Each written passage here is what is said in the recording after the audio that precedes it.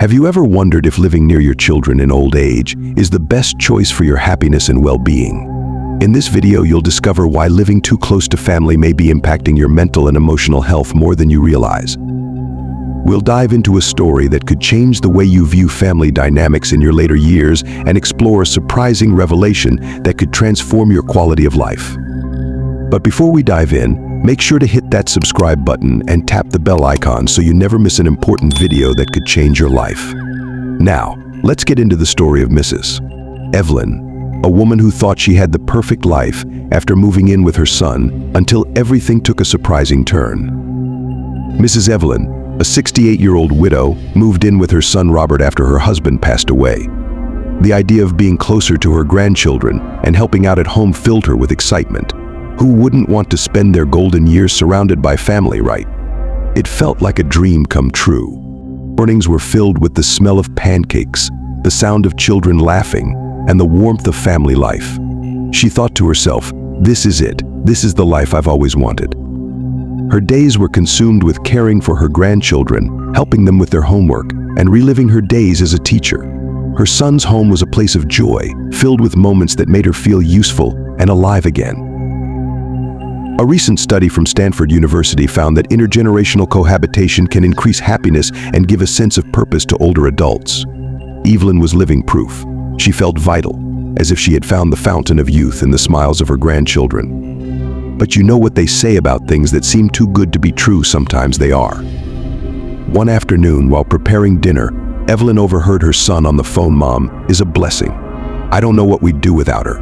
Hearing this, Evelyn felt a surge of pride, but also a small pang of something else, something she couldn't quite identify. Was it concern? A growing unease? As philosopher Epictetus once said, "It is not that we have a short time to live, but that we waste a lot of it." Evelyn began to realize her every minute was filled with household chores and family obligations. Where were those quiet moments to read a book or simply enjoy the peace of a sunny afternoon? Days turned into weeks, and weeks into months. What started as a joyful experience of shared family life turned into a busy routine. Breakfast, homework, lunch, dinner, her schedule became more demanding than she had ever anticipated. She began to reminisce about her old apartment and the freedom she once had. She scolded herself, "How can I be so ungrateful? I have everything I ever wanted." But deep down, Evelyn knew something was wrong. One Sunday morning, while making Mickey Mouse-shaped pancakes for her grandchildren, Evelyn realized she couldn't remember the last time she had slept in or taken time just for herself. When had her life become so centered on others? Psychologist Erik Erikson spoke about the importance of autonomy in old age. But as the days passed, Evelyn felt like her independence was slipping away, buried under family obligations. She began asking herself hard questions. Is this really what I want for the rest of my life? The famous poet Robert Frost once wrote, "Two roads diverged in a wood, and I took the one less traveled by, and that has made all the difference." Evelyn wondered if she had taken the right path. Had her desire to be the perfect grandmother caused her to lose sight of her own journey? As the months wore on, Evelyn noticed something disturbing. What began as occasional help with her grandchildren turned into a full-time caregiving job. She was now changing diapers, preparing bottles, and chasing after little whirlwinds of energy all day long. Like many grandmothers, Evelyn didn't complain. She felt it was her duty to help, even though she started feeling increasingly tired. She told herself this was normal, but deep down, she felt a growing emptiness.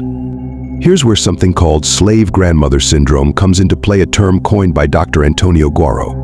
It describes the emotional and physical toll grandmothers experience when they take on unpaid caregiving roles for their grandchildren. The lack of recognition, combined with physical exhaustion, can lead to depression and anxiety. Mrs. Evelyn began feeling the weight of this emotional burden, but still, she convinced herself it was just part of being a grandmother. One day, Robert entered the kitchen and said, "Mom, how many times have I told you the kids don't like onions?" The criticism hit Evelyn like a bucket of cold water. Slowly, suggestions turned into orders, and advice became complaints. Her voice was being silenced. Evelyn felt like her space was shrinking. Psychologist Erikson warns that the loss of independence in old age can lead to an identity crisis. Evelyn was living this reality. Where was the woman who once dreamed of traveling and learning new skills? She had disappeared into the shadows of other people's expectations. A University of Michigan study found that older adults who maintain their independence report higher levels of life satisfaction. Evelyn began to wonder if she had made the wrong decision by moving in with her son. And then, one day, her lifelong friend Margaret paid her a surprise visit.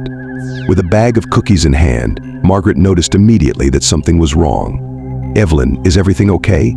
she asked gently. That's when Evelyn broke down. She confessed everything, how she felt trapped, exhausted, and unsure of her place in her own life. Margaret listened carefully, then took Evelyn's hands and said, "Evelyn, I went through the same thing, and I found a solution that changed my life." Evelyn was shocked. "But you always seem so happy," she said. "How did you do it?" Margaret explained how she, too, had moved in with her children and gradually lost her independence. One day, she remembered the words of Ralph Waldo Emerson, "The only person you are destined to become is the person you decide to be." She decided to move out, get her own place, and reclaim her independence. It wasn't easy at first, Margaret admitted, but over time our relationship improved. "My children stopped seeing me as a burden and began respecting me as their mother again." Evelyn listened, intrigued. "But don't you feel lonely sometimes?" she asked. Margaret smiled. "Of course, sometimes. But as Carl Jung once said, loneliness doesn't come from not having people around, but from the inability to communicate what's important to you. Since I regained my independence, my conversations with my children and grandchildren have become more meaningful." Evelyn felt a light bulb go off. Could she really regain her independence? Was it possible to balance family love and personal freedom? With newfound hope, Evelyn took small steps toward reclaiming her life. She started going for solo walks in the mornings, then joined a local painting class, something she had always wanted to do. Over time, she felt her energy return. Her chronic fatigue faded, and she began to feel like herself again. But the biggest change came in her relationship with her family. By taking back her independence, she found that her family respected her more. She was no longer just a caregiver, but a whole person, living her own life. Evelyn's story reminds us all that family love doesn't mean losing yourself. True love, as Margaret said, isn't possessive. It allows space for each person to grow, thrive, and maintain their own identity. As the philosopher Seneca once said, life is long if you know how to use it. Evelyn learned that living close to family doesn't have to mean sacrificing your own happiness. It's about balance, finding the space to nurture yourself while still loving and supporting those around you. With that said, until next time, thanks for watching. If you found value in this story, don't forget to like this video, subscribe, and hit the bell icon to stay updated. Share your thoughts in the comments. Do you think living close to family in old age helps or hinders happiness? Let's continue this conversation.